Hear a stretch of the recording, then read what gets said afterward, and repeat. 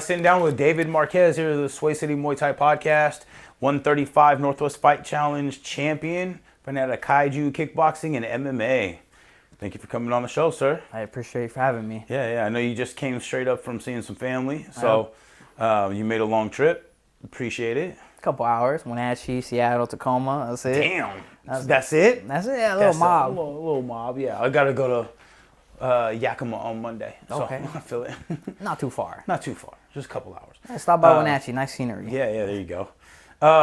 So, man, again, congratulations on winning the belt Saturday, or a week ago today. Hey. So, yeah, that was a great fight. We sat down afterwards, did a little interview at the Relentless Mouthguard booth, so thank you for that.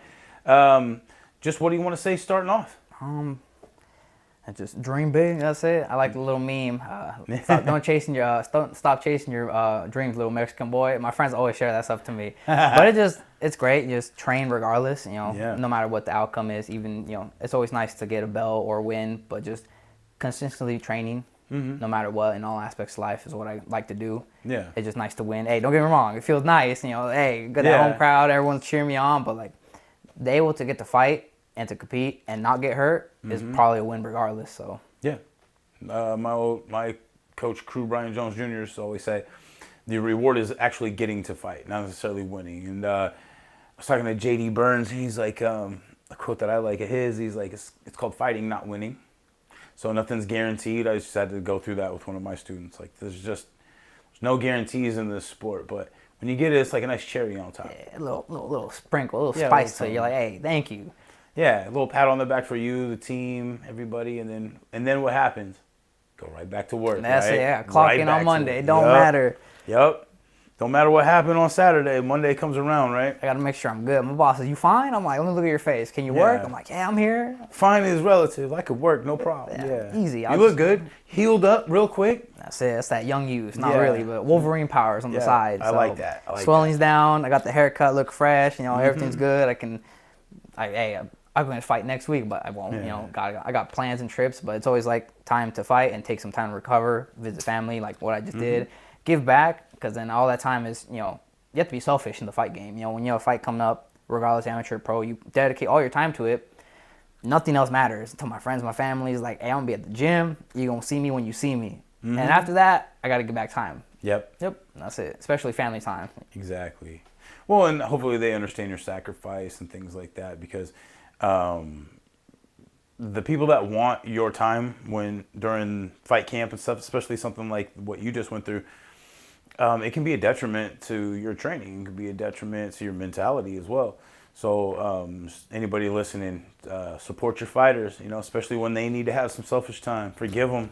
Relationships are about forgiveness, right? Hey, that's right. That's why the Marine Corps, I used to be in the Marine Corps, and the Marine Corps just told me, like, if you wanted to give you a wife, we would issue you one. So you can just stay in the game. But I'm not saying it's not to have a distraction or anything. If you have a good partner, they can help you in the game. 100%. But if you, by yourself, you don't have to worry about anything at the moment and just focus on training. Like, and all I have to focus on is just go to work, go train, that's it for the moment. Very simple. Yeah, nothing else. I mean, if the added factor came in, cool.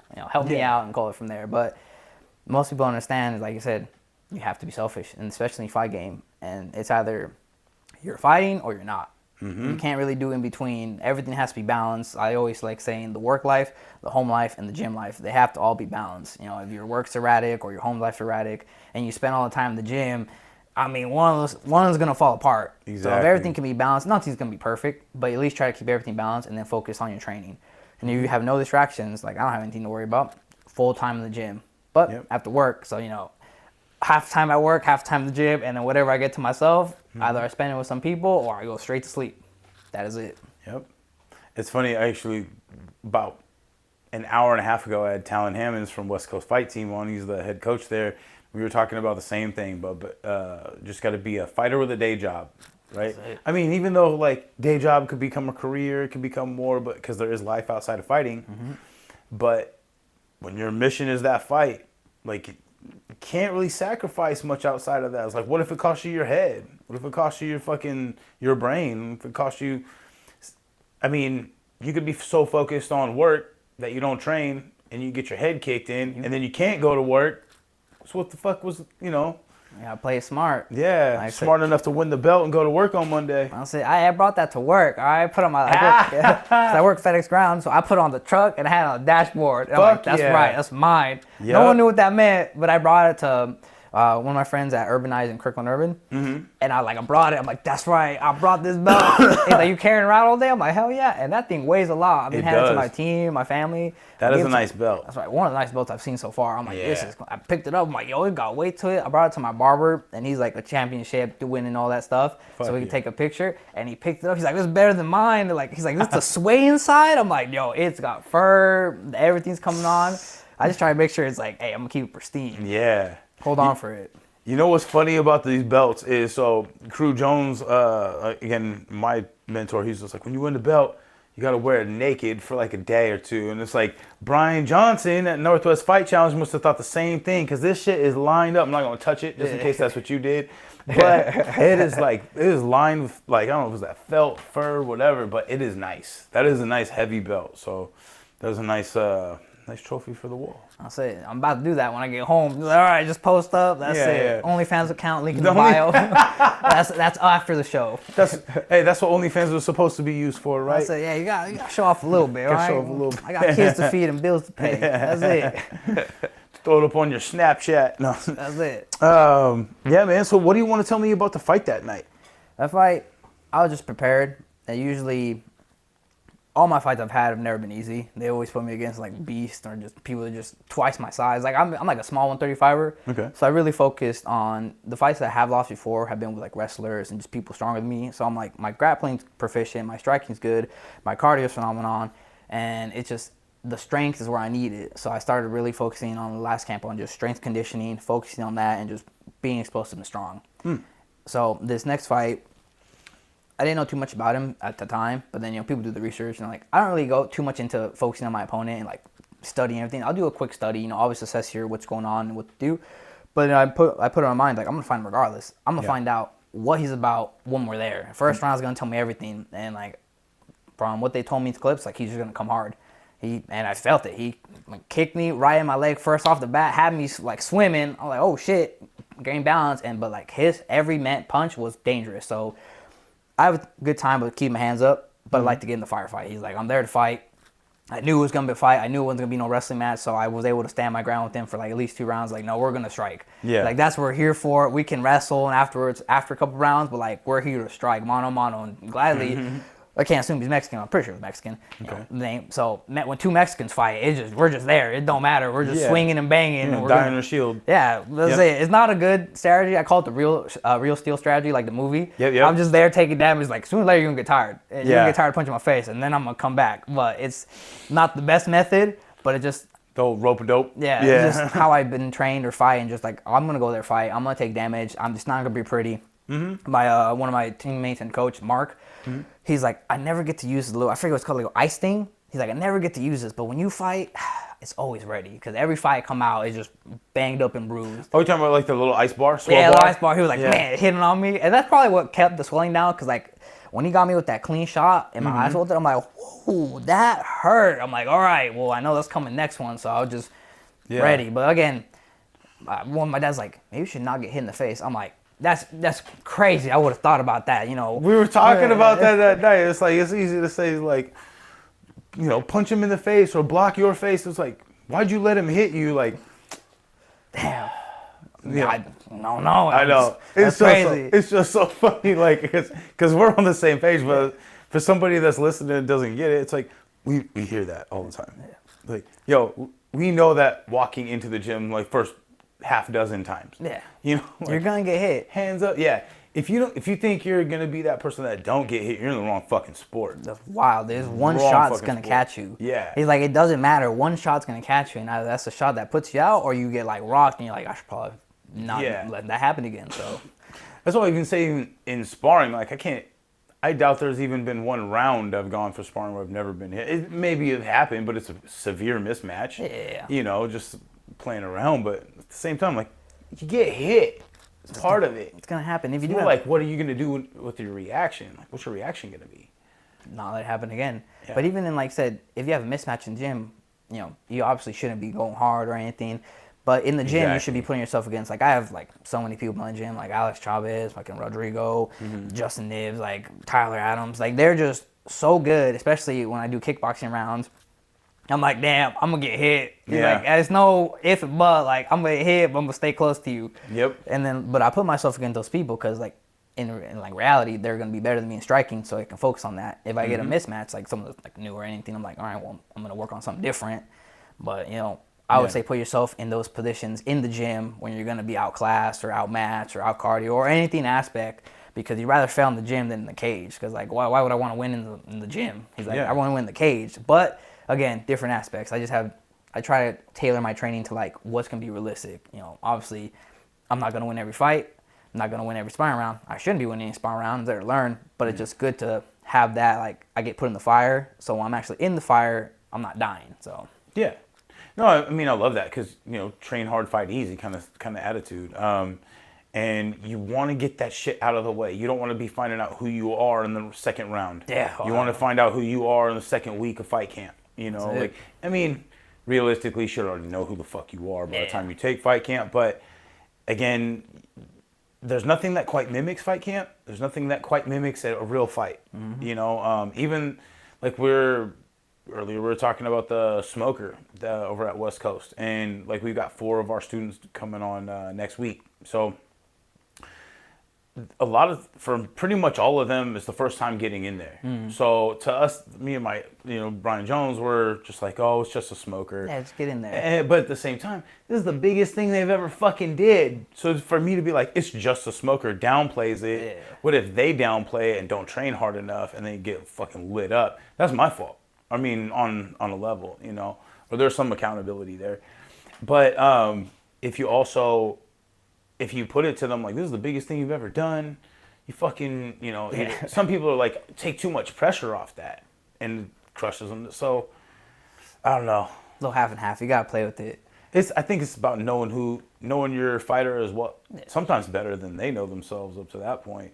Because you can see, as a coach, you can see potential pretty quick. But fighters always just like, you know how it is. You're like constantly questioning, you're constantly raising your own bar, constantly looking at like what the next thing is versus your progress. You take too much time to look at your progress. You know you're not working towards the next thing. So much that fucking goes into this fight game. And then you got 2 voices like, am I good enough? Can I make it? No, I've trained hard enough. I am. And it's just like that constant battle of just, even every fight, you know, I've solidified a couple fights. I told them I know I'm ready, but like, fight week's always the worst where you're like, man, what if this, what if that? And then one of my teammates was like, bro, it's like, he quoted a boxer, and I can't remember the name, but he's like, feed the faith, starve the doubt. And I'm like, yeah, you're right, because I've done it. I fought. I've been in the cage. Yeah. And all I tell people is, the reason I fight is not to be a champion or winner, to make it as far as I can. It's just like, I have answers, and the cage will tell you everything. Like my first coach, Jason Temple at CA Police in Orville, he always told me 2 things. He said, stay ready, so I have to get ready. So just, be ready at all times, and that's it. And if you're already tired, might as well get something out of it. So don't quit, keep going. The reward's so much better. And then I really get along with that guy, I could tell. That's it. That's the reason I got the CIA Police tatted on the dog on the back of my neck, and I came out that with the shirt. Obviously, you know, it's always like, oh, Creole shit, we're in different teams. Like, look, I always say I'm loyal to no one. It's like, I'm going to train where I'm going to get the best training, and I'm going to find the best, like, wherever God takes me, I'm going to go. Yeah. But I was able to be with Jason Temple for like a year and a half, probably 2. I lost track of time. And that man took me to levels where I couldn't be. So that was paying homage on that. Like, he wasn't there, but like, he was there because like wherever I got from him, and then built off that.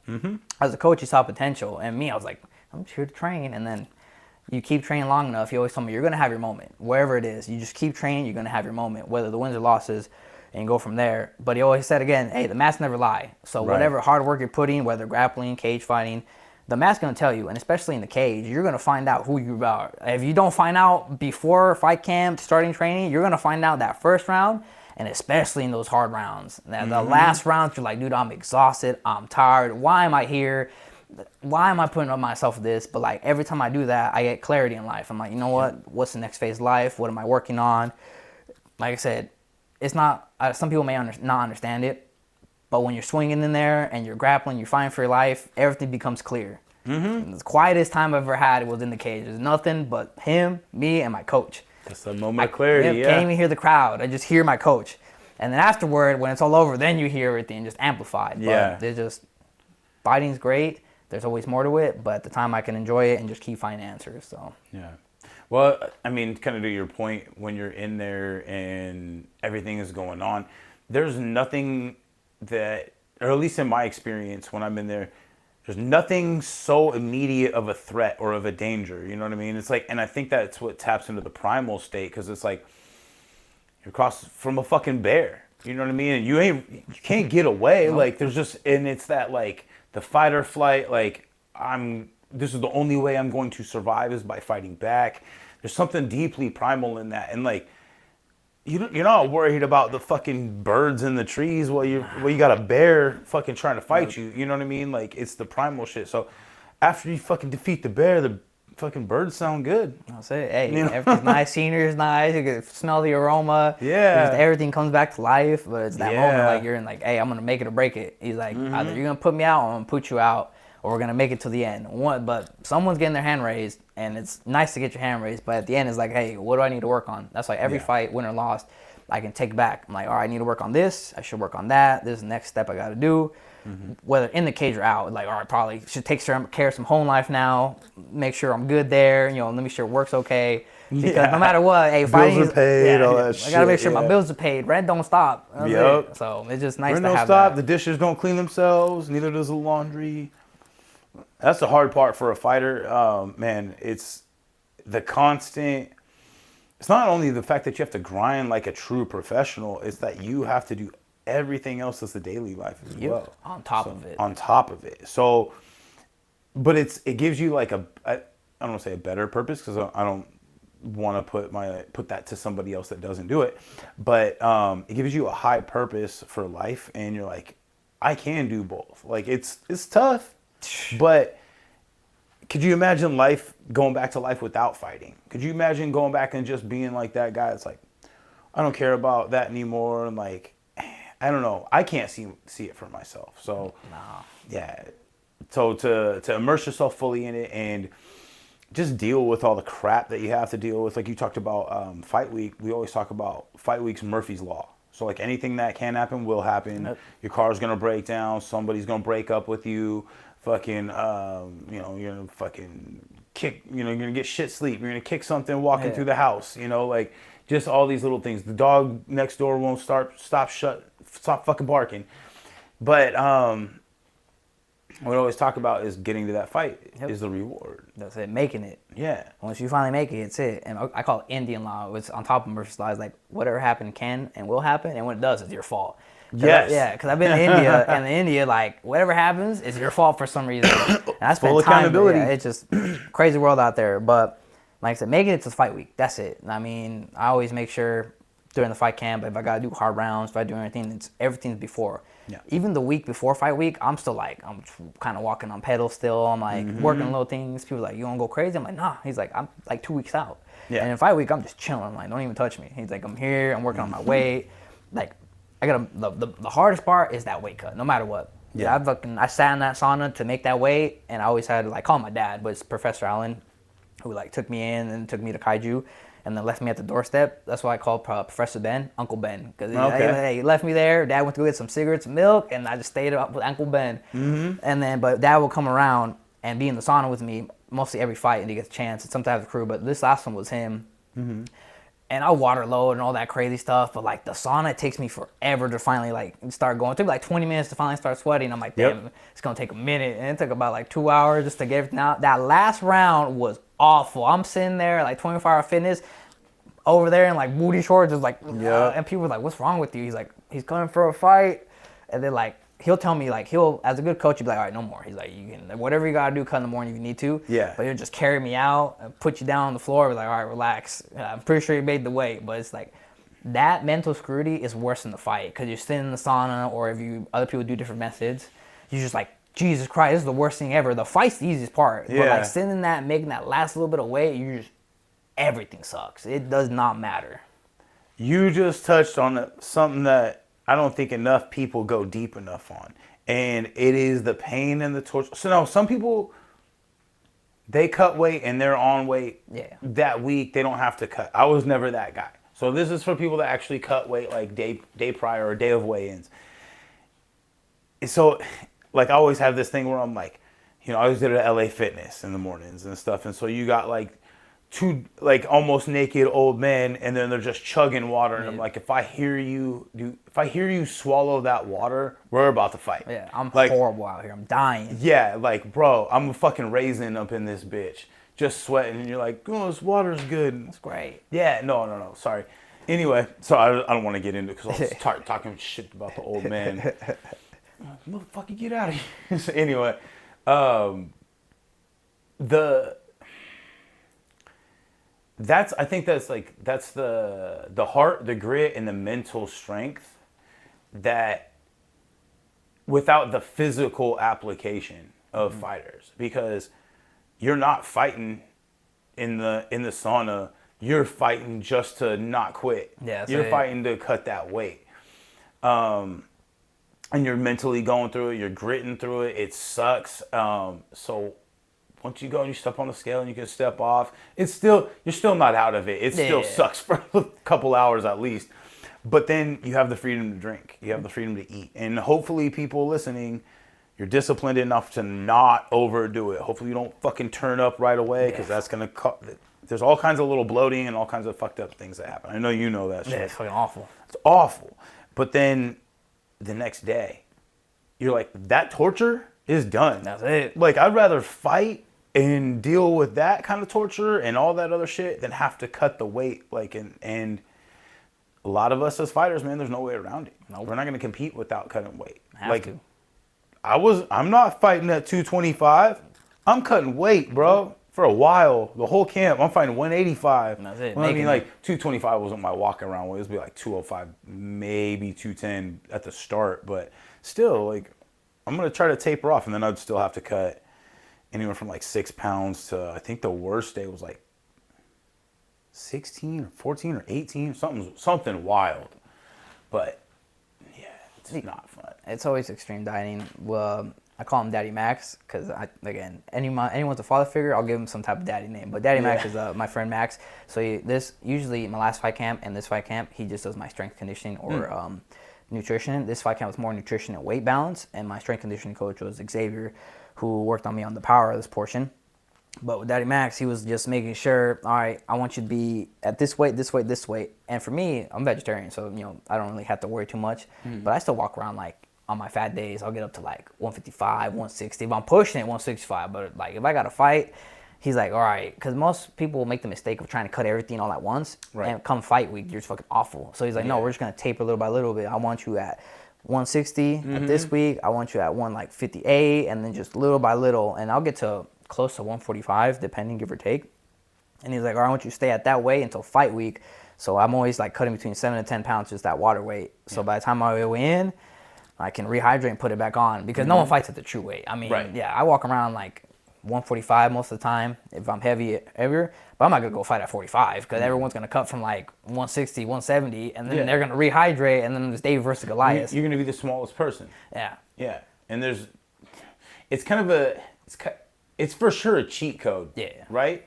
So like, if there was no cheat code, everyone would just fucking weigh in but then you start to, it's a natural cheat. I don't know. Because there's no way, like you said, everybody's just going to just fight when you can have that, like, oh, I can cut water weight this easy.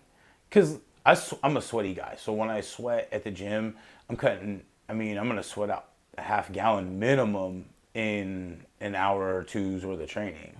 And so that's water you're supposed to replenish. So if I do that twice in a row, fucking gallons, 7 to 10 pounds, something like that. That's pretty decent. Make weight easy. Yeah, we hope. Especially if you're, like you said, you're water loading in the right ways, and your body's like, oh, we're just really depleted. And then when you take it back on, it's like, oh, okay, good. I got it back. Yeah. Trick your body into it. Yeah. But no one understands it. It's just like, you really have to have a good weight cut, because the weight cut's a make it or break it. Like, you can be great, but like, you do a horrible weight cut, you're performing awful. And I've had like, when I did my first 2 fights, I kind of did it by myself. Yeah. I did good, but I didn't feel as great as I should. And then I did a fight in India for like an international little tournament. Oh, cool. Yeah, crazy, right? That's when I lost, because the guy was massive and strong. Well, I'm like, damn. And that's why I restarted working on the strength conditioning for my fourth fight, where I fought, I think last year, Brian Johnson against Anakin. So that's where I focused on strength conditioning and the more explosiveness. But like I did that one where Daddy Max was straight on me. I was counting the calories, I was counting like the carbs, and he was like, damn. hey, everything was like calculated, not specifically because like he's like I can go crazy, but like we're just gonna do a rough draft. Yeah. So everything, that weight cut was the superest easiest weight cut I had. I was eating, I was hydrating. Even week off, I was able to play with it. I mean, because most people, again, they'll just like, oh, let me cut everything out and then start losing weight now. I'm like, no, because you can't put it back on. So that's the only trick, is just learning your body how to water load, how to cut weight, how to just do everything perfectly. So when you have to cut that last little bit, it's not as miserable. Because like cutting so much weight in one day or breaking it, regardless of just mental scrutiny, you're just sitting there, everything sucks. Yep. That's the only part when I take a fight, I'm like, oh yeah, I get a fight. And then I'm like, fuck, I gotta go and sit in that sauna again. And I'd rather sit in the sauna than put on a sweatsuit and jog. Mm-hmm. Because at least in the sauna, I fucking just gotta lay there. You have to, but it's fucking awful no matter what. Every time I fight, I'm like, God damn it. He's like, I just gotta get to the fight. Yep. I just gotta, it's that. Like, it's the pre-fight before the real fight. Just sit in the sauna or whatever you gotta do, and you just gotta win. And my coach was not, he's like, bro, can you just open the door a little bit? Can you just help me out? He's like, nah, sit there. Yep. He's like, I'll keep you in here if I have to. And it's just a mental battle by yourself. Like, and once I do that, I can win the fight. He's like, I sat in the sauna and suffered. And again, roasted alive. The fight, I can win. That's it. Mm-hmm. Yeah, man. Fuck. I don't miss the cutting weight part of it at all. Especially like I never got too hungry. I was always thirsty. Yeah. You know what I mean? Like you just really crave it. And I don't know. All those little nuances to drop the weight, as you're talking about, and like scale it down. I know there's a lot more people that practice nutrition and things like that, and not only like what you eat, but what time of day you eat certain things, before and after training, all that kind of good stuff. We're not eating heavy late at night, especially within like an hour of bed, which is something that I struggle with because I work out right up to the end of the day, and I need to eat a little bit of something, but I'm usually right off the bed, and it's not good. But yeah, man, that weight cut it's the fight before the fight, like you said. It's bullshit, but it's just something we all got to go through. Something I don't miss about cutting weight is also, like I said, refueling. Yeah. Because that's another part I don't think gets talked about enough, is that's a fucking fine line. Because people are like, oh, I stepped off, I'm dehydrated, I'm going to smash this water, or this Pedialyte or something, or like, there's better ways to go around it. And I know some people, they do they enhance, like I say, some word I heard the other day, but like you can go and get like IVs. Yeah. You know what I mean? And I think I like that a lot, but I never got one. Me neither. So I don't know what it feels like. And then there's other people that are able to kind of diet themselves down and not have to cut weight at all, and they feel great.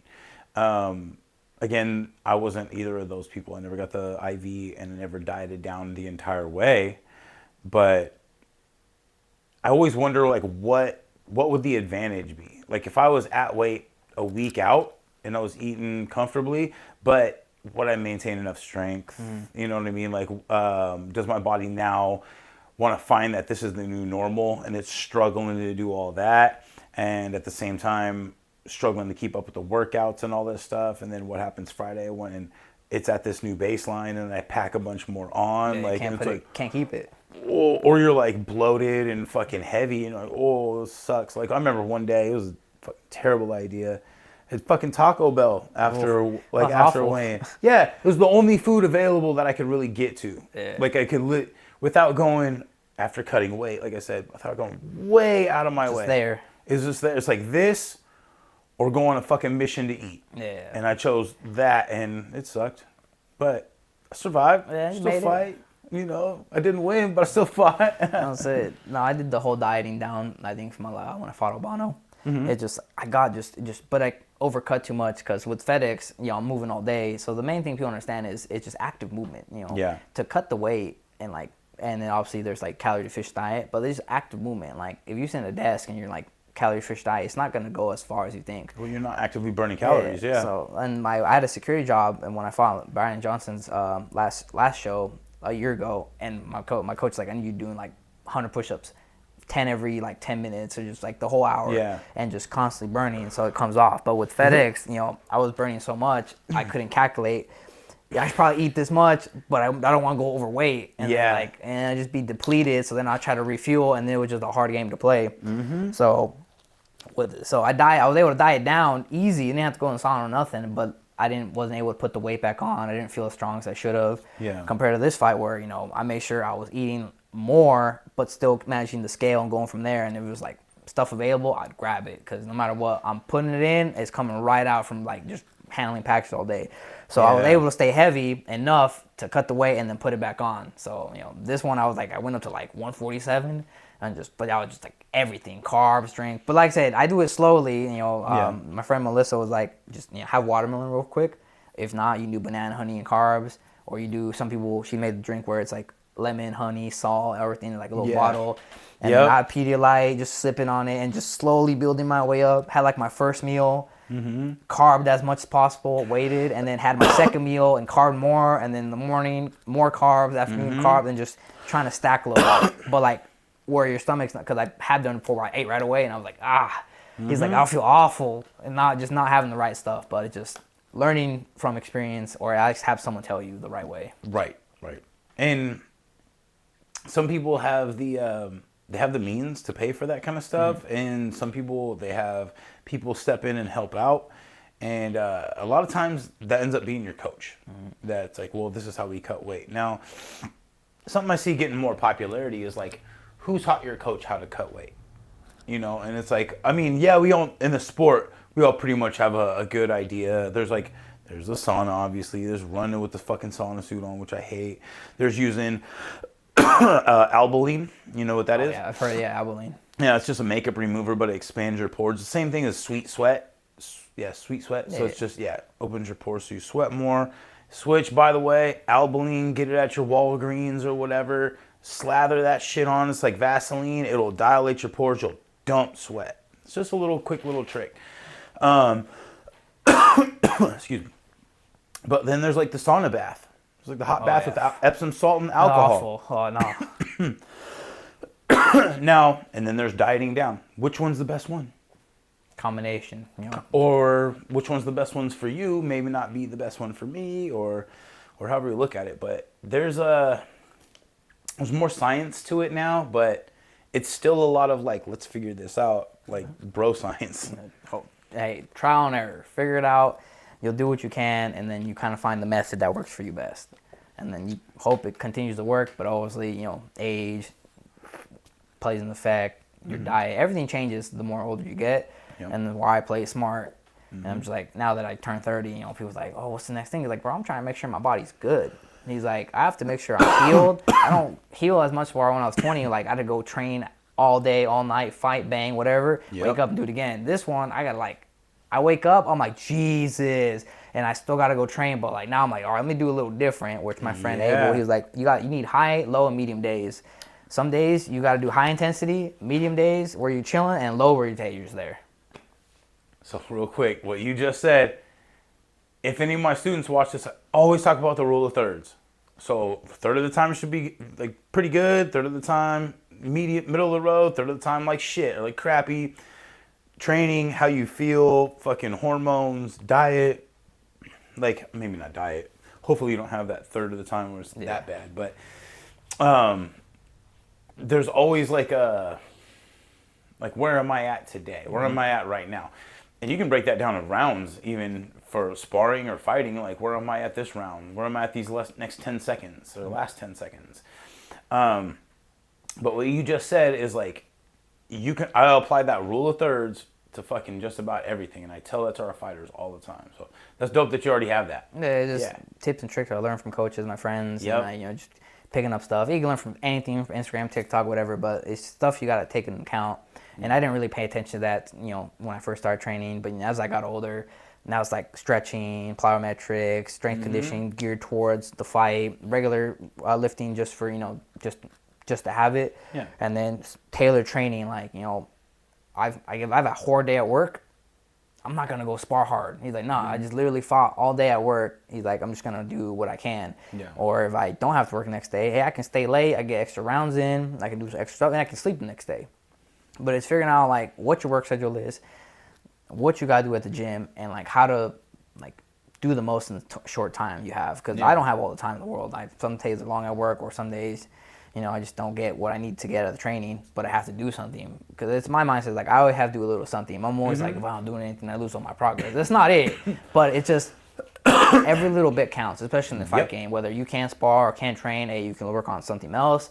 Or if you need to take the rest, now I've started like, all right, I got to rest today. But, I can still go stretch. I can still move my body. I don't have to just sit there. If I need to sit there, then take a day. But it just, use your time valuable. And if you're going to take the fight game serious, no matter amateur or pro, you have to.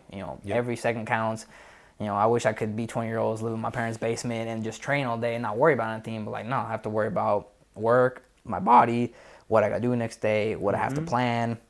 And if you're by yourself, you're like, no, I really got to do everything by I have to pick special days. Like this day I can't do shit but home stuff. And then I can go train a little bit, but I got to make sure everything is ready at home so I don't train tired, come back and do it anyways.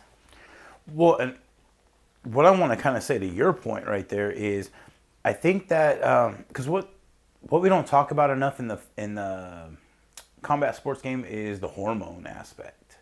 So like you talked about, like, I just fought all day at work. I'm going to come here and have hard training rounds. It's like your cortisol level, fucking adrenal levels are fucking spiked from all that shit. You're going to go put yourself through another, like, heavy test. I'm not saying that it's wrong to. Some people, that's where they get better. But, again, knowing yourself and being able to take yourself out of that kind of position and be like, all right, no, I need to rest for tonight. Like, I'm not saying I'm not stretching or I'm not watching fight film or I'm not doing something, but like I'm not going to go into where like I'm already stressed as fuck, like cortisol levels are spiked, peaked, or whatever, and then fucking go and add more to that. Like I'm gonna go try to decrease that. Maybe the next day you'll have that up day where you're good. Knowing yourself, that's a big part of it for me. Yep. That's why this fight camp was just more rest and strength conditioning, but the rest was just doing what I needed to do. I've had camps where I was able to train all 3 classes. Didn't even matter what, I was doing all 3 classes. I was able to do strength conditioning, I was able to lift, and I was fine. And I've had where I've done that fight camp and won. I've had that where I've done and lost. And then I've had, this fight camp where I was able to rest, recover, and give my body the time. I was able to perform perfect, fight, and then I got the belt as a bonus. But that told myself, like, hey, I don't have to kill myself all the time.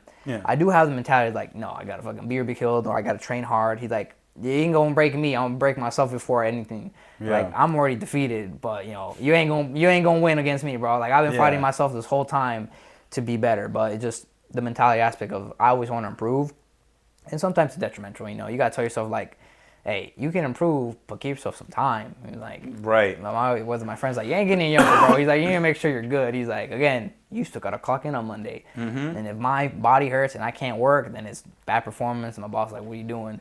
So, yeah, I said, I still got to maintain. I still got to make sure everything's okay. But it just, again, like you said, figure out where your body's at, what can you do, how your hormones are at. Like, listen to yourself. And sometimes you just need to sit there and just relax. And if you like me, you gotta do something. Go just walk on the treadmill. Just watch training, watch something, figure something that you're missing. Ask people, hey, you sparred me or you rolled me. Like, what can I work on or think about? And the next time I do it, I can apply it and go from there. Sometimes people need to mentally check out too. They need to just. Some people go play video games or whatever it is, to just kind of like displace themselves to something completely different that has nothing to do with that. And I think that that's good because that everything that you've learned has time to kind of rest. Another thing that people don't talk about enough, and it's starting to get more, is sleep. Awful at that.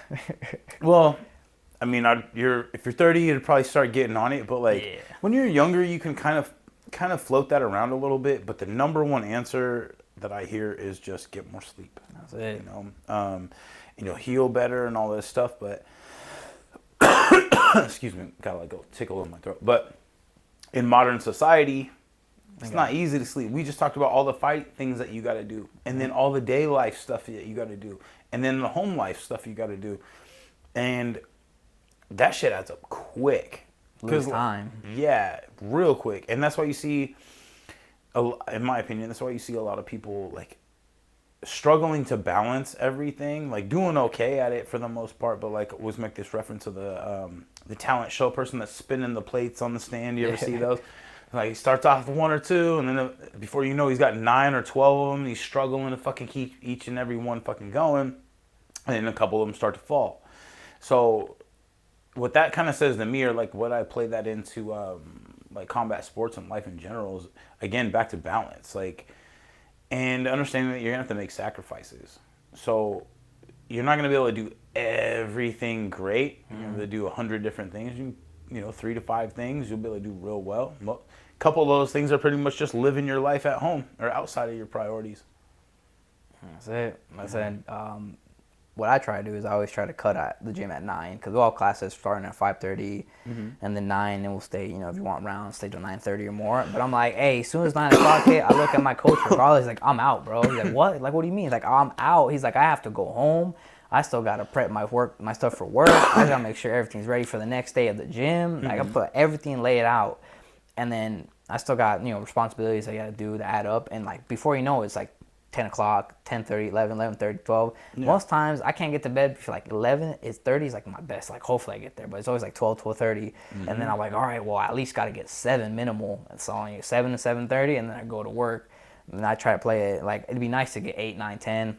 Yeah. But I get whatever I can. But minimally, I try to get 7 because after, like, good enough, you know. Yeah.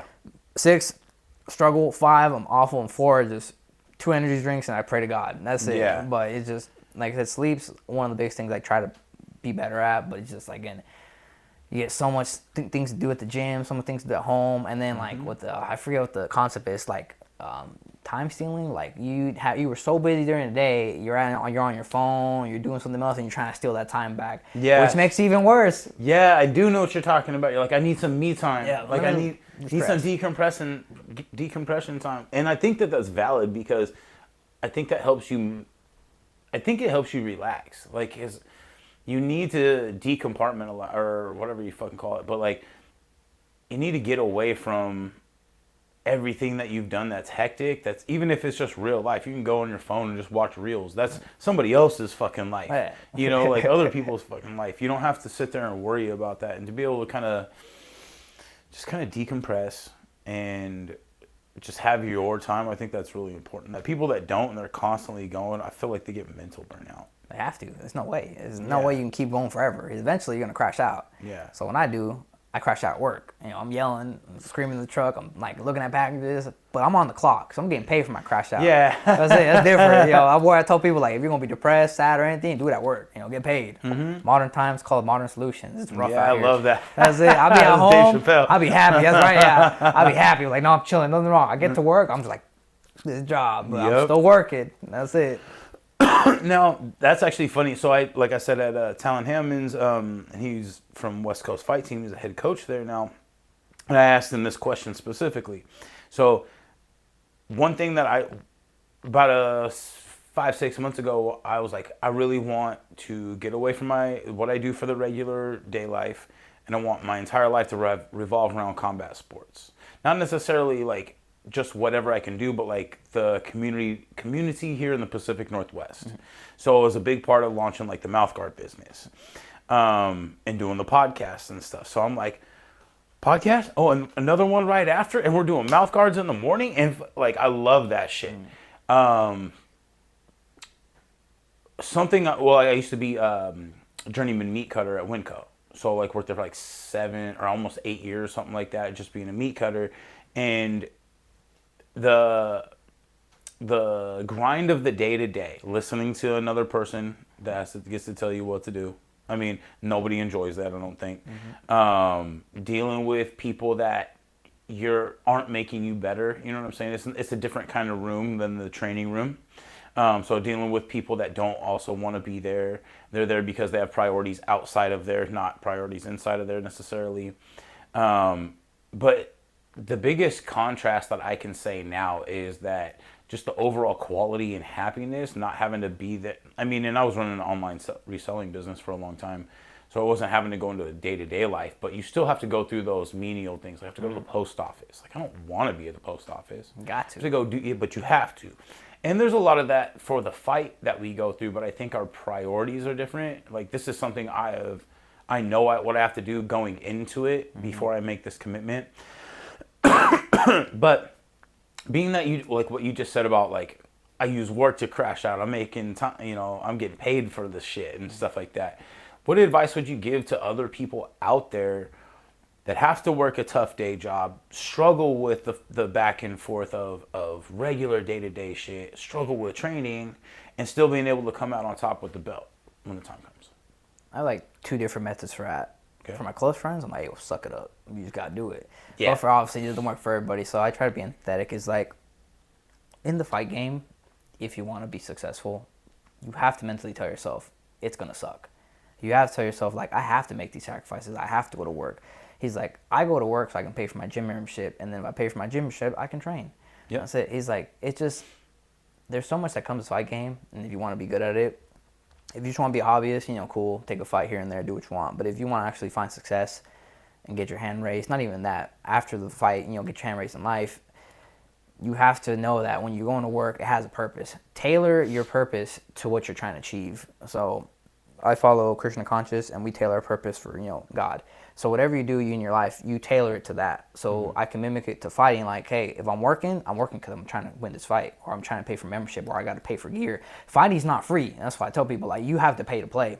So if I got to work a hard job, you can always try to tailor it. Like, let me get an easier job. Let me get a desk job where I work 9 to 5 and go to the gym. If I don't have the option, like I have FedEx ground, I don't know when I'm going to get off. And I don't know what's going to be heavy. Do I got little boxes where everyone and their mother order furniture sets to the 3rd floor? Oh, yeah. So it's only so much I can do.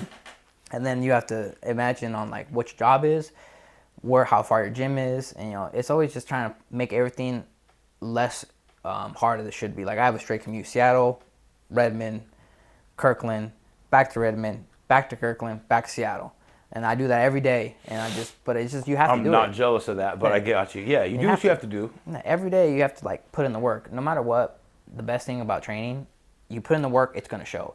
Every little thing adds. So a lot of things, it's like a video game. You keep playing, you're going to level up. The same thing equivalent for gym, to the gym. You go do jiu-jitsu, you go do striking, you go do wrestling, you go something. You're getting better every day. You just don't see it because if you're in a room full of killers, you're like, man, I wish I could be like them. Like, no, eventually, the more time you put in, you'll be in the same position. So you're just mentally telling yourself, like, hey, I kind of suck it up. But I used to be in the Marine Corps, so it was like, yo, suck it up and just keep on going. He's like, you don't have time to bitch. You don't have time to do it. But, like, some people can't handle that. But for me, it's like, people tell me, like, how do you do it? He's like, fuck, I don't know how I'm doing it. He's like, I'm just doing it. And, like, that's it. I'm just trying to figure the hell out like you are. And they told me, fake it till you make it. So as long as I can fake it, eventually I'm going to make it. So, but it's just like the sacrifice. That's it. It's just, when you pick as fighting as a way of life, it's a sacrifice, no matter what. Especially, like you said, in the fight, you know what to expect. The training's going to be hard. The weight cut's going to be hard. The fight's going to be hard. But once you finish it, you're like, it wasn't that hard. I can do it again. And then you do it again. You're like, fuck, it's going to be hard. And then it's just a repeating cycle. Yeah. But again, it's just something you just got to put yourself through. It's not easy. Like when my coach said, Jason Temple, he's like, hey, if it was easy, everyone would do it. Everyone would be fighting. Everyone would be in here doing it. But they're not. Yeah. Though you'll get people that'll come train for a little bit and they'll be like, yeah, not for me. Right. And some people that stick around and they'll be great. He's like, but it's just put in the time. And he always tell me, like, he's like, a black belt was a white belt, never gave up. Yeah. He's like, just keep on going. You will achieve what you need to. It might not be quick. It might not be fast. But as long as you keep training, again, you'll have your moment. Yeah. And you'll progress more than anything in life, if you ever stop training. But like I said, I'll never stop training. I may have to stop fighting because, again, my body may not keep up, right, but I'll still be in the gym training what I can do. And training is the way of life. So that's why I tell people, it's like, how do you do it? He's like, just training is life. That's it. It's a lifestyle. Like, regardless if I ever fight again or not, I can train all the time. It'll never stop training. And I can tailor it. I can, if I'm not fighting, cool, I don't have to go to the gym today, but I'm still going to do something. If I'm fighting, I'm going to be there every single day because I have to. I have a commitment now. I'm not going to give up. I'm not going to be like, oh, it's too hard today. Like, no, the fight's on. I have to perform, so I'm going to be there. Yeah, today don't matter. The fight matters. Yeah, right? Now that I'm chilling, he's like, hey, I'm going to be there, but you ain't going to see me do nothing. He's like, I'm relaxing. I'll be back soon. That's why I tell people just kind of have to do it. And I don't attest to people's mental strength because I've been through so much in life. But that's what I tell myself. I always tell people, like, hey, my enemies never rest, and neither do I. And I look at him, he's like, I'm the enemy. He's like, I'm not giving myself that satisfaction. We finna fight. Yeah. He's like, we gonna, like, hey, survive out of spite. He's like, if you got to, tell yourself something to get through the day. People do manifestations, or look in the mirror. I'm just like, hey, I pray, and I go to work. And then I go train, do it again. Simple as that. I like that. And you actually kind of said a few things there that I really like. So I'm a big fan of like what some people call cliche sayings. And the reason I like those is, like when you're younger, like you hear the same kind of thing, like just do it. Yeah. Like Nike. Yeah. You know what I mean? You're hearing that our whole fucking lives. Let's do it. But at the same time, like, as soon as you go into something that's bigger than yourself and you have a goal like that, you know what I mean? And you're putting yourself through all those things that were once cliche, now the truth rings out. That's what you're starting to hear is you're like, oh, there's fucking truth to that saying. And it may not, the reason I say this is because when I was a meat cutter or when I was working in a warehouse or whatever, it's like, you just do it. It's like, I didn't have anything that was bigger than me or my own purpose to dedicate myself to where those truths would actually ring through. As soon as I had something like in like Muay Thai and combat sports, it's like, okay, this is a goal that's bigger than me getting off work or getting to the next paycheck or buying the next thing, whatever, car, house, or toy or whatever the fuck it is, right? This is something I have to dedicate myself to. And you talked about sacrifice. There's always going to be a sacrifice to be made. And that sacrifice, in my opinion, can be to sacrifice the pain and the frustration and go through all these things now so you can kind of, I don't want to say be proud of yourself, but you can go through these things and know that you actually did the work, or you can live the pain of regret. And that pain of regret, we've all got a regret at this point, I'm sure. Something. Somebody's regretting something or every person's regretting something, but when it comes down to that, if you can eliminate that by trying your hardest and you've proven to yourself daily by showing up, by training through the hard shit, I think that really that develops that mental strength behind everything. And when you start to hear those cliche sayings, now you can repeat them. And they're true because you've lived them. Mm-hmm. The hard part of what I'm getting at is for the people that haven't lived them or don't have that higher purpose, it can be hard hearing somebody that has say it. Because, like, I haven't lived that. Like, oh, well, you have fighting. And it's like, well, you could as well. But where's the sacrifice? Or, like, so the biggest thing I say is, like, a lot of, like, mothers understand life beyond their own instantly when they become a mother. So it's like they understand living for something that is above just themselves. And I don't want to say like guys don't, but like you don't have that like that being growing inside of you. I think like this kind of thing has that sort of effect to us because we can really dedicate ourselves beyond something. And like think about the people that are in the room that are getting better because you're there. And you know it, and you're like, I want to be there for them too. That goes a long way. Another thing I always tell people is like, you never know who in the room is looking around and is looking up to you.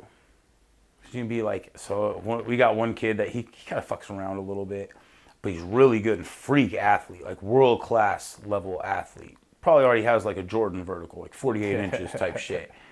Not kidding, like he just does random backflips for no reason. But he fucks around, And so I'm like, that little kid over there that wants to be a fighter, he's looking up to you right now. And guess what he's seeing? He's seeing you fuck around. Monkey see, monkey do. Monkey see, monkey do. So when that kid that wants to be a world-class fighter looked up to looked up to that guy, he knows he actually is locked in huge over the last couple months. So, and this was an example from a long time ago, but you kind of find yourself like, all right, hopefully you can make that sacrifice for the group as well. It's like, that's not your kid. You're not the mom. Yeah. But you can influence people to be something bigger than they ever thought they could be.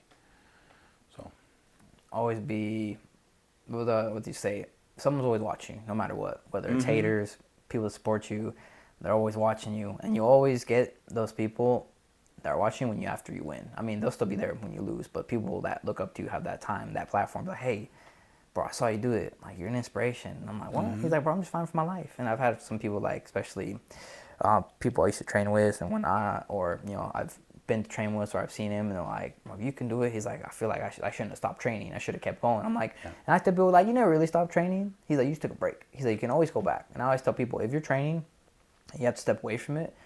take care of your home life, the mat's always gonna be there. Yeah. He's like, just know, you gotta change your goals up every time you step out for a little bit, because again, this game's not a young man or like not an old man sport. It is unless you're Romero and you can just make it 48 and be stacked up. But again, that's a specimen. So it's I tell people just like play the game how you want to. Whether if you want to try to be a world champion or you just want to fight to find better yourself, tailor everything to your needs. Again, you're somebody used to tell me, advocate for yourself. No one knows what you're going through, not your coach. You have to advocate what you're going through. Yeah. Express your feelings. Like, hey, this is what I'm going through right now. Probably not in the best mental state. I'm still going to come train. Or I'm going great. Things are great. Let's fucking take this fight. But always be real with yourself. Like, where am I at right now? Like, what do I got to work on the next step? Like, is it smart to do this? If you can fucking fight consistently every fucking time, no problem. Hey, go for it. He's like, but when I fight, I have to take some breaks. He's like, I wish I can keep going back to back. But again, the weight cut's hard. The time you sacrifice, you have to all pay it back sooner or later to something. I always sacrifice a lot in my fight, but then I take time to go home because my mom has like a lot of chores. Yeah. And if you like see me on Instagram, like it's not chilling with my mom. She has projects lined up, and I'm like, yeah, I gotta give her all that time back because I told like, hey, I can't come see you. I have to, have to train. I have to be in the gym. You have to win this fight. And she's like, all right, fight's over, win or loss. She's like, you gotta come down. And I'm like, all right. And then I just make sure I drive down, spend time with her, drive back up. So. It's always just, you'll find yourself in fighting. Whether if you never fight, you just find yourself in training. You'll find the answers in the cage or on the mat. Like, regardless if you ever step or compete, is like, not everyone's going to do it. And I always like seeing that Instagram reel, like, there's out of 8 billion people in the world, few choose to do it, and then even fewer choose to compete. So you stepping in the training room means like you're ready, you're trying to be better than yourself. Those who never train, you can never really see eye to eye to them. You can maybe see eye to eye with them like work stuff and railable, but they'll never truly understand what it is to be in the gym after work, after this. It's all like something that you have to relate to. You can't, you have to refer to an experience. You can't just be like, you did this, you know what this feels like. Yeah. That's a tough one for a lack of a better term, civilians, because technically, like, fighters are still civilians for the most part until you go into the court of law and they throw the fucking book at you, and then they can call you whatever they want. But especially if you're a former Marine, right? Veterans. That's exactly, because I have my veterans people, and then you have civilians, so we call them. Mm-hmm. So I can never truly be eye to eye to a civilian. Right. But like, I have teammates that are veterans, and like I can immediately understand.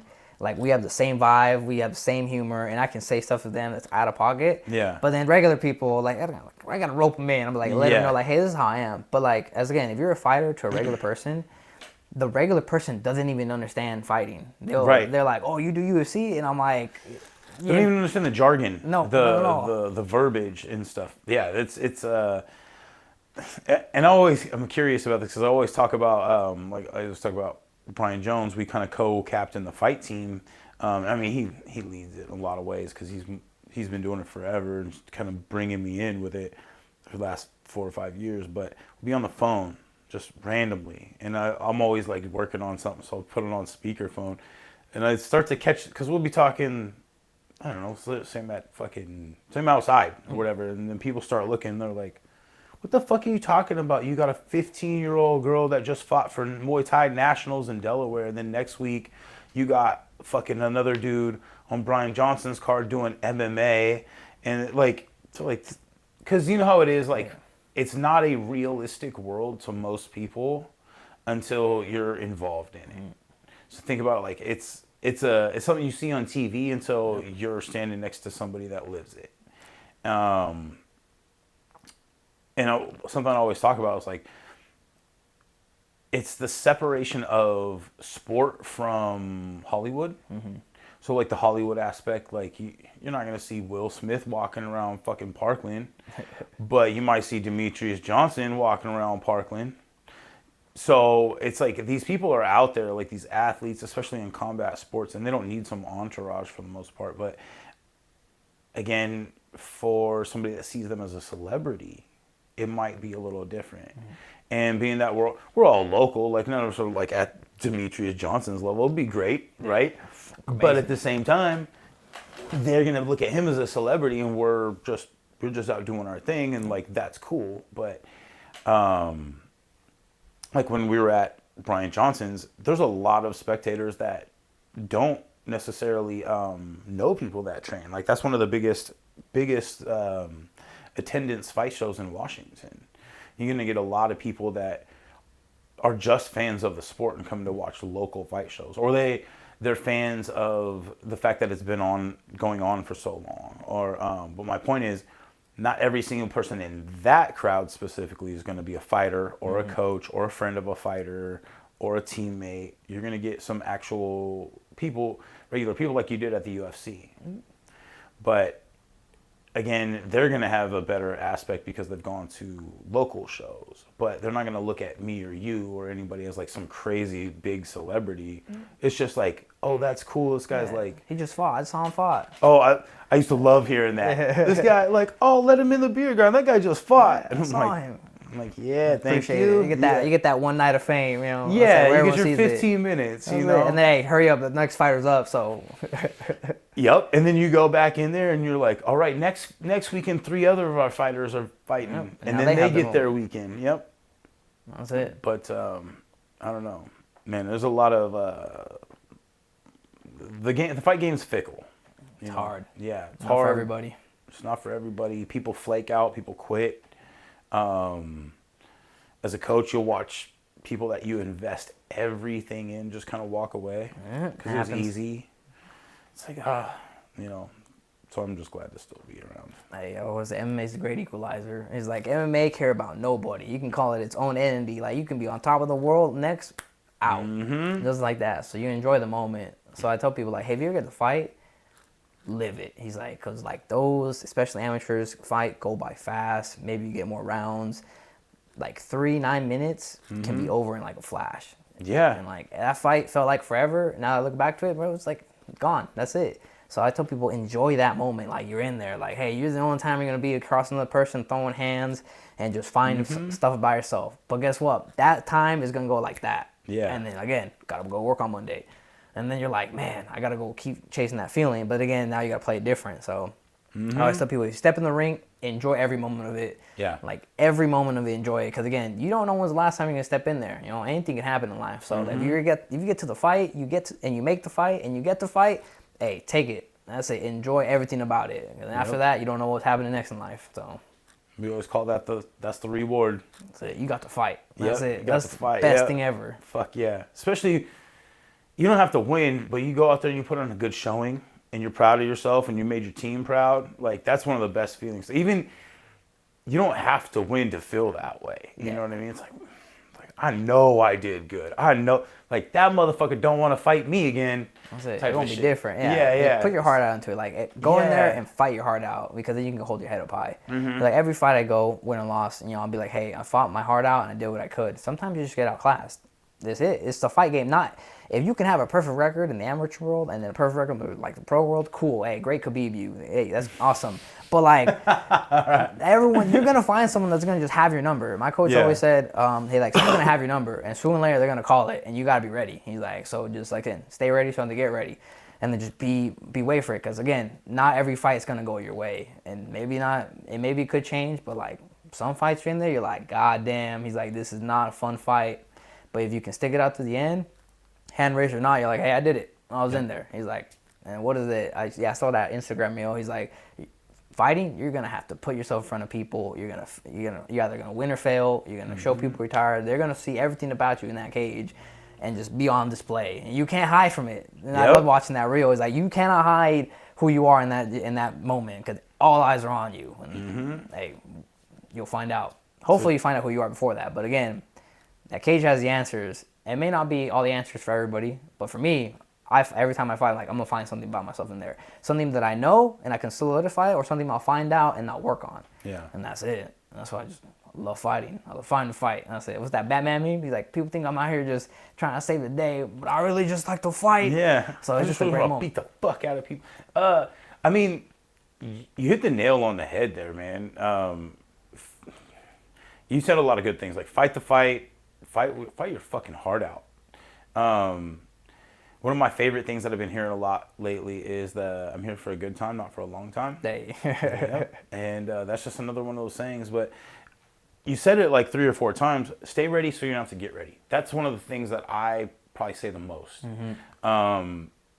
because you never know when you're going to have to do something on short notice. You never know. And if your heart's in it, it doesn't mean that you're always dialed in practice, but if your heart's in it, you're not going to lose the fight in here. You're going to always want to step up. And if you're dedicated and disciplined, hopefully you're maintaining all these other points so that you can. So like weight or diet or hydration, proper nutrition, sleep, like the stuff that you can't do inside of the gym. So there's a huge responsibility for fighters. I don't think they all know it. And one of the hardest parts is for a fighter, you kind of have to be a self-starter in the beginning. So like your coach might see potential, but it's on you to show up. You have to. If you show up once or twice a week, you're not going to hit no fucking high level potential. You show up 3 times a week, like now we can start talking about some things. You show up 4 or 5 times a week, I could work with you. You show up 6, 7 times a week, I might have to tell you to dial it back a little bit. And I think all of that gets you to where, like you were saying, everyone's going to see who you really are in the ring, in the cage. You know, whether you're in there to fight and die on your shield, whether you're going to be a coward, whether you're going to just take an easy way out, whether or not you took an easy fight, whether you're outclassing them and who you're going to be when you're outclassing them, if you're getting outclassed and what kind of character you display then. It's the truest form, and in my opinion, the truest test for a human being, not just a man, because like you see women in there, but and they're kind of to touch on that, like I always say, I like watching women fight because they fight harder. They fight harder, way harder. There ain't no ego. They're just like, I'm gonna fuck this bitch up. That's it. And they mean it. Yeah. They're not like, oh yeah, I'm gonna talk some shit. Hey, fucking give me that belt, although, you know, like none of that shit. No, it's like, I'm gonna fuck you up. I'm gonna fuck you up. Like Valentina Shevchenko, yeah. Scary as fuck to me. Scary in the she got the right attitude to me. So like I was watching something with one of her coach, Richie Van Houten or Verhoeven, and he's just like, I guess he's cutting weight or something, and somebody else walks in. And he's like, what's up, man? He's like, how you doing? And he's like, oh, I'm tired, you know, cutting weight and stuff. And it was a fairly standard response. And she goes, Richie, do you know that boy? And he's like, no. He's like, I would never tell somebody I don't know I'm fucking tired. Damn. I don't care. Like, and it's just like, you're just straight up admitting that you're, you know, like you have a weakness to somebody you don't know. Like, I was like, that's a fucking warrior spirit. All right, shit. Yeah. I was like, because I can't even say I would have reacted like that. I would have been like, I probably would have said, I'm tired too. It's a valid response, bro. I'm cutting weight. I'm tired, bro. Nah. But then you see this hardcore female that is at the peak, and she don't play that shit. And you see that more and more, in my opinion, from women. Mm-hmm. Dudes will fucking have that, like, what you got, which doesn't mean it's not valid, because we watch dudes scrap. Like, you just had one, you know? I fought for my life, swinging left and right. Someone's falling down first. Yeah. And I think that's where we tap into that primal, like, life or death shit. Like, but women fight because they mad. Women fight because they got to. Yeah, dudes fight. Think about, like, we're out there like, hey, man, don't fucking bump into me. A little push fest. And like, egos flare a little bit. Women, I don't see so much ego. I see want to hurt each other. They're going there for vengeance. Yes. I'll say, my old coach used to say, leave the ego at the door. And then it's like, yeah, because you're going to get humbled in the gym, in the training room, in the ring. Sooner or later, someone's gonna humble you, and it's gonna. Hopefully, you can swallow that pill, because hey, you're not gonna be the best all the time. No, you're not. Like some random Joe Smug might come to the gym, humble you, and you're like, yo, what happened? It's life. It's a good rule to approach the gym doors with, and I will say what our gym owner Kyle for Vital Jiu-Jitsu says. He's like, everyone says leave that shit at the door, but let's be real. Yeah. And then he does that part of it, and I'm like. It's true, because like we always say, like, don't try to win sparring rounds. Yeah. Try to work your sparring rounds. But let's be real. Yeah. Everybody knows who won and who lost that round. Yeah. Like, unless it or that it was a good round and there really wasn't much of a winner or loser. But let's be real. Yeah. We all fucking know where we stand at the end of a round. You know. Like, I got my ass beat, or I beat someone's ass. One of those two. Yep. And everything in between. Yep. That's it. But. Man, there's a lot that we just talked about, like that goes into the mental game, I think, though. Especially like you keep hitting on those cliche ones, man. Like those are anybody listening, like that's something that's a full essay on a fucking subject that you can compress down into a little file, into a saying, and then you have that whole thing behind you in just one little saying. You don't have to do much expanding back and reading that unless you choose to. That's it. But yeah. So what do you want to say before we close out, man?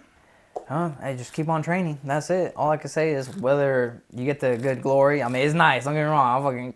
I keep looking at it. It's real showing nice. off. I'm going to a friend's house. I'm getting to my mom, my dad. I'm like, hey, I'll be like, I'm the champ. But they're like, I still got work. So, but I tell people like, if you get to train, fight, do it.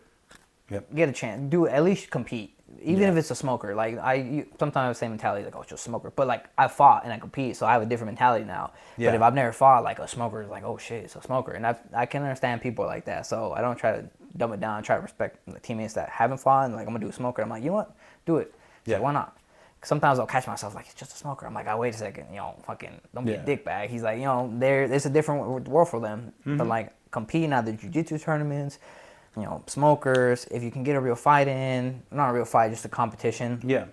Whatever it is, just put yourself in there. Yeah. Like, just, at least, if you're going to train, I feel like it's the pinnacle of training. He's like, For sure. Find out where you're at. It's your test. Yeah. And then you can never do it again, and you did it. That's it. I mean, you don't always have to keep fighting, but it's like, why not find out what you're at that level with someone that should be relatively at the same level as you, with the same training and progression, and then see where I stand. Because, again, if you're a room full of killers, and you're just getting smashed on every day, and then I go to a competition and I win. I'm like, what's going on? He's like, yeah, bro, you're getting smashed on every day. Like when I go to the jiu-jitsu room or training room, I got a room full of killers, and I'm like, bro.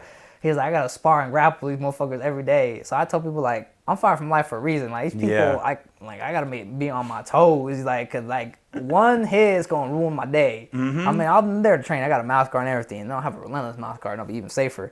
But I'll be like, nah. He's like, I'm a couple more days. Yeah, a couple more days will be there, and then I'll be, I just know I put my mouth guard in. He's like, I'm there to spar, bro. He's like, someone's gonna hit me. Someone's gonna catch me in submission. Mm-hmm. And just, hey, like I said, tap. That's it. Tap.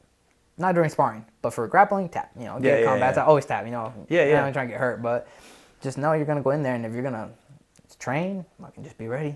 Yep. Train hard, train smart, and just be safe. Yeah. Always gotta go home the next day, or no, you gotta go work the next day, and you gotta go get home safe. But again, fighting's not gonna be there forever. I always told myself like that. I'm not gonna be able to fight for the rest of my life. If I do, TRT and peptides, but I'm good right now. I'm still chilling. I can be like Yo Romero, that'd be awesome. But not me. I'm a little Mexican, so I'll be like, nah, I'll take my wins, train smart, and I just tell people, they're like, hey, just start training. I always tell everybody that's my rule in life. It's like, oh, how you do this? I'm like, start training. He's like, I don't want to fight. I'm like, you don't gotta fight, just train. He just go in there and train. He's like, oh, I'm scared. Like everyone's scared. He's like, you don't think I was? He's like, when I first started training at CIA Police in Orville, I used to get beat up by a 16-year-old girl named Samantha Payne, and her brother, Charlie Payne, fucking massive. Just the Payne last name is true, but like my coach is like, I'll go get her. I'm like, oh fuck, I gotta take her on. She beat my ass for a year and a half, just fucking 16-year-old girl. I'm like, I'm a grown ass man. He's like, what? So I took like ego out, and now I'm like, no, I beat her. No, it's crazy though. He's like, when I spar someone, like, no, I'm traumatized. He's like, well, girl beat me up, no more. But then it's just, you don't know who's gonna be at a gym, especially like, dude, this is a kid beating my ass. He's like, I thought I was good, and it's like, nah. And then just you realize there's levels. There's levels. There's levels to this game. Like you might think, you might be this bad boy, local boy, and then you get to the state level, and then the higher level, and then be like, no, there's always something bigger, better, and faster and stronger than you. Yep. But you train for those motherfuckers. Yes, you train for them. Like, hey, no matter what, someone's always gonna outclass you in something, but you train regardless. And then you fight for your heart, or fight with your life, depending on. That's what I do. That's my motto. He's like, I'm fighting for my life out here, at work or at the gym. He's like, don't matter to me, bro. Don't stop. So that's all I can say to people: just train. Yep. No matter what, just keep on training. Yeah, man. I like that a lot.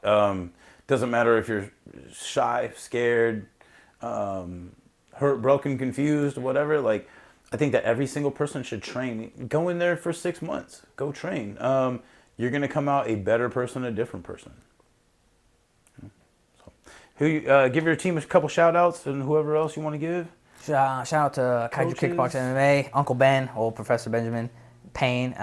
He just took me in, but they've been with Kaiju since like I think 2-3 years now. I lost track of time, but just every day when you train, you lose track of time. Professor Allen, who's just there with me every day. I used to train at Royal as well under Joe, and then from there, before that was my first coach, Jason Temple, or CIA or Polista.